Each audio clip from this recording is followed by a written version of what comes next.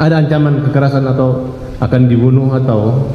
Ada, masih mending ditembak mati semua aja daripada kamu pada hidup. Ada polisi yang ngomong kayak gitu.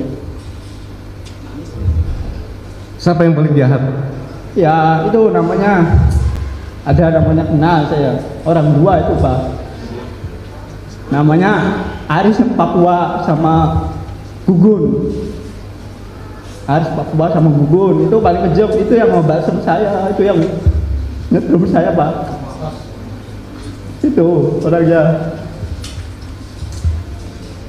Rudiana? Akhirnya saya tuh masuk penjara itu sampai kayak di neraka Pak. Saya udah ngerasain ya di neraka satu. Bener-bener sampai nggak bisa pulang tuh, bener-bener sama Bang Jaka itu jam 4:30. Saya mau pulang aja, keluar dari kali udah esok Pak.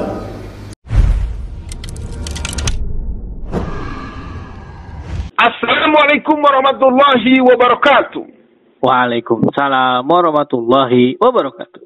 Pemirsa, kita jumpa di ruang tayang dibacain berita pada edisi berikut ini. Kita akan panggilkan Bung Kameramen untuk sedikit bercerita. Bung Kameramen, kelihatannya jadi tim sukses nih Pilkada 2024. Jagoin siapa di mana ini? Saya lagi kasihan ngelihat Airin, Bu Alfian. Belum ada yang meminang. Ya udah punya suami dia, saya diminang-minang. Mungkin. Ya, Bung Kameramen lanjut. Ya, Bu Alfian, ini kita mendapatkan kabar dan ditayangkan di televisi, Bu Alfian, dari Sindonews. Nah, diberitakan momen Farhad Abbas menangis saat dengar kesaksian Aldi di sidang PK Saka Tatal. Nah, Bu Alfian, jadi ini sebetulnya kalau singkatnya gini Bu Alfian, apa ya? Orang tidak bersalah disiksa, dipaksa ngaku agar bersalah, dipaksa ngaku bersalah gitu kira-kira. Nah, ini kan motif yang sering Bu Alfian ceritakan, bagaimana ada orang mati dekat samping sawahnya. Nah, ini sedang hangat nih Bu Alfian. Nah, ini coba saya bacakan dulu beritanya. Kuasa hukum Saka Tatal, Farhad Abbas tak bisa menahan air mata saat mendengar kesaksian Aldi Renaldi dalam sidang lanjutan peninjauan PK Saka Tatal di Pengadilan PN Cirebon.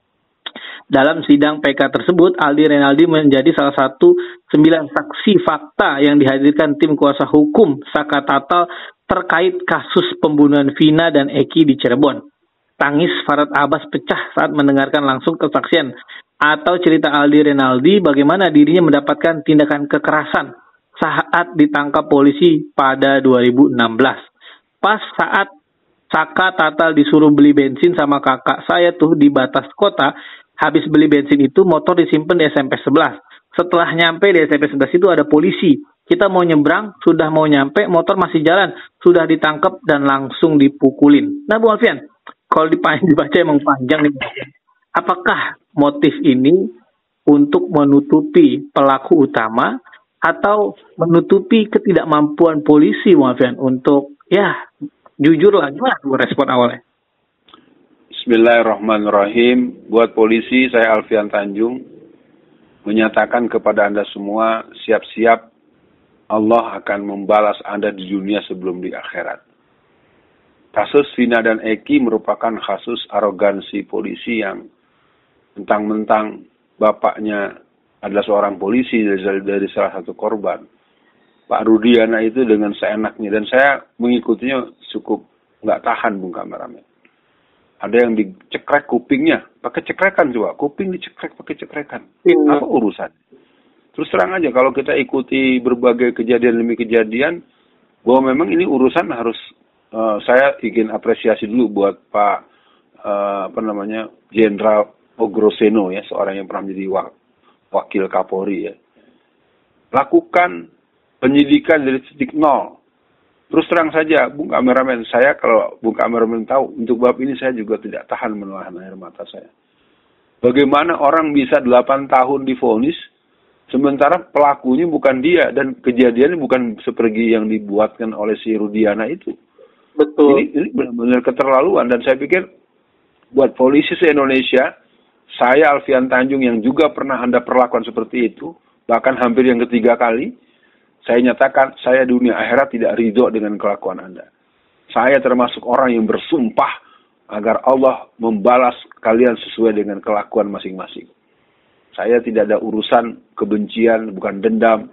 Saya nyatakan dengan nama Allah, di saat hari ini saya sedang berpuasa, saya menyatakan sumpah agar Allah memberikan hukuman bagi yang berbuat kejahatan sesuai dengan kejahatan yang dilakukan. Kenapa, Bung Kameramen, saya katakan sumpah ini? Ini kasusnya Gunung Emas, Bung Kameramen. Banyak yang lebih kejam lagi, banyak yang lebih sadis lagi. Kita tahu apa yang diperlakukan oleh oknum-oknum polisi kepada istrinya Bambang Tri. Betul. Kita juga tahu bagaimana, semua orang tahu. Kita tahu bagaimana di kampung-kampung, di desa-desa, anak-anak perempuan yang diperkosa oleh oknum polisi, lalu kemudian malah yang dipenjara orang tua si anak yang diperkosa. Lagi-lagi saya katakan, Bung Kameramen, untuk masalah ini, saya minta teruskan pertanyaan-pertanyaan yang mendalam sampai pada bentuk upaya penegakan keadilan. Kita tidak membenci kepolisian sebagai kelembagaan. Kita tidak membenci kepentingan kita punyanya pelayanan keamanan dan pelayanan sosial, pelayanan-pelayanan sistem kestabilan sosial masyarakat. Tapi kita sudah sampai pada titik muak dengan kelakuan polisi. Silakan lanjutkan, Bung Kameramen. Ya, Bu Alfian, ini kan kalau lanjut kita baca beritanya, jadi Aldi ini mengatakan dirinya mendapatkan penyiksaan dari polisi hampir 6 jam, Bu Alfian.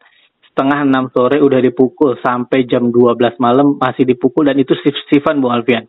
Nah, terus kemudian Farhad Abbasnya nanya, bisa dipraktikkan nggak cara memukulnya? Ya banyak sih, kalau dipraktikkan ada yang diinjek, ada yang dibalsem mukanya, ada yang matanya dibalsem, semuanya dibalsem jadi nggak bisa melihat. Polisi ganti shift kemudian mukul. Nah, Bu Alfian, ini kan kasus Vina ya, Bu Alfian, yang mungkin bisa diduga, Bu Alfian, orang yang dipaksa ngaku ini juga bukan tokoh gitu kita kira, Bu Alfian. Nah, ini kan saya tidak bisa lagi membayangkan 6 laskar FPI kilometer 50 itu kan mereka dibantainya gimana tuh, Bu Alfian, disiksanya berapa lama. Itu kan juga menurut saya yang Bu Alfian sampaikan tadi, gunung es itu harus benar-benar tuh, Bu Alfian. Maksudnya benar-benar diungkap, Bu Alfian. Karena kalau tidak, polisi ini akan semakin seenaknya terus nih. Gimana nih, Bu Alfian? Ya, saya ingin ajak Bung Kameramen, coba difikirkan apa yang bisa kita dialogkan di waktu yang kita komitmen ini. Jangan lupa dengan Afif Maulana. Afif Maulana pun cenderung akan menghilang ini ceritanya. Padahal itu sangat mengerikan sekali. Maka kembali kepada persoalan Vina, persoalan Aldi, Sakatata, dan juga Peggy A, Peggy B, ya kan, Peggy Perong, Peggy yang satu lagi. Ini kan udah semakin ngawur.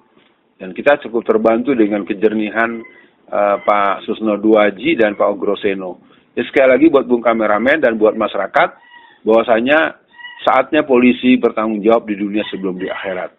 Anda jangan seenaknya terus dengan atas nama hukum, atas nama seragam, atas nama surat yang Anda bawa untuk menekan masyarakat. Dan saya nyatakan, saya Alfian Tanjung, sampai hari kiamat tidak akan pernah meridoi dan mengikhlaskan kelakuan kalian terhadap diri saya maupun orang-orang yang saya tahu. Kalian harus berhadapan dengan hukum Allah. Walakum fil qisasi hayatun ya ulil albab. Kalian akan melihat betapa kejam itu, tidak adil itu, jahat itu akan dihukum Allah di dunia sebelum di akhirat. Di akhirat terserah malaikat penjaga neraka. Tapi di dunia ini kalian semua harus berhadapan dengan hukum yang membuat kalian harus sadar bahwa kalian tidak punya alasan jadi orang yang jahat, orang yang sombong. Dan saya katakan dengan terbuka, polisi, ya, mereka harus dimasukkan dulu pusat camp pertaubatan. Harus bertaubat dulu, diadakan cuci otak dengan Pancasila, sehingga otak mereka kembali berketuhanan yang Maha Esa, berperi kemanusiaan, berkeadilan, dan senang dan permusyawaratan. Lanjut, Bung Kameramen, kalau masih ada yang mau dibicarakan. Ya, Bu Alfian, untuk akhir sesi kali ini memang sangat sedih, Bu Alfian, dibayangkan. Karena kan kalau saya bacakan sedikit lagi beritanya, kemudian Farhad Abbas nanya, apa yang dikatakan polisi saat memukul? Orang itu menjawab, disuruh ngaku, Pak. Kamu ngaku aja, tapi saya nggak tahu apa-apa. Jadi saya bilang terus, nggak tahu. Jadi mungkin untuk akhir sesi kali ini, Saya jadi teringat teman Bung Alfian sesama Ustadz Umar dari Cianjur. Nah, kalau beliau berkenan kita wawancara eksklusif, wah mungkin itu bisa menjadi cerita lain nih Bung Alfian. Tapi mungkin untuk akhir sesi kali ini kan akhirnya menjadikan masyarakat takut tuh Bung Alfian. Itu kan random Bung Alfian.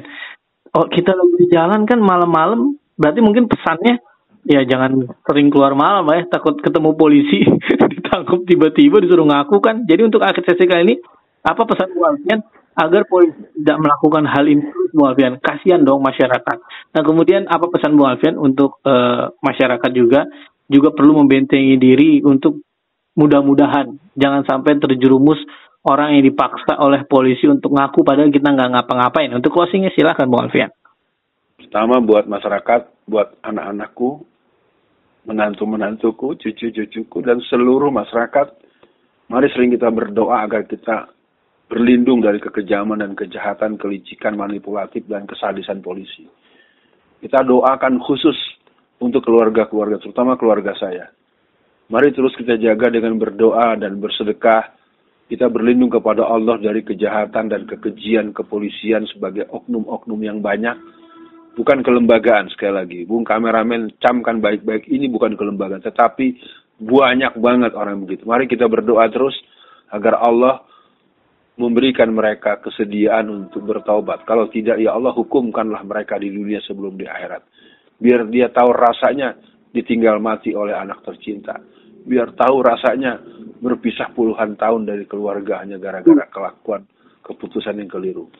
Mereka bisa membuat orang yang tidak tahu apa-apa langsung jadi tersangka. Bisa membuat orang yang sebetulnya jadi korban lalu bisa dihukum dengan pasal berlapis. Terlalu banyak, mungkin bisa saya sampai 50 jam menerangkan ini dengan pengalaman saya berinteraksi. Selama saya di penjara kurang lebih 4 tahun. Dan selama saya 7 tahun menjadi pemandu rohani di penjara di sekitar Jabodetabek. Dan banyak kasus-kasusnya. Jadi untuk itu kepada seluruh masyarakat. Di kalimat terakhir saya ini kepolisian, segera Anda melakukan ruqyah nasional. Kalau tidak maka nyatakan saya minta agar kepolisian diturunkan posisinya bukan bagian dari kepresidenan. Dia cukup bagian dari departemen tertentu dengan fungsi yang bersifat lokalis dan tidak dipersenjatai dengan senjata-senjata yang berkaliber internasional.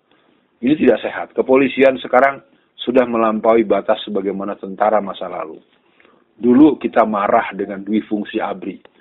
Sekarang kita tidak bisa marah terhadap multifungsi polisi. Dia bisa jadi apa saja. Kata akhir dari saya, wahai para polisi seluruh Indonesia, bertaubatlah, kembalilah ke hadapan Allah. Terima kasih ada Pak Hugeng, terima kasih ada Pak Susno Duwaji, walaupun mungkin pada waktu beliau menjabat, beliau pun tidak bisa menghindar perintah atasannya, Pak Ogroseno, dan beberapa nama-nama lain yang mereka hidup dengan kesederhanaan. Akhirnya, kita berlindung kepada Allah dari kejahatan polisi yang terkutuk terhadap apa yang mereka berbuat. Bukan kelembagaannya, tapi manusia-manusianya. Jadi kalau ada yang marah dengan pernyataan saya, berarti memang Anda pelakunya. Sekian dibacain berita. Assalamualaikum warahmatullahi wabarakatuh.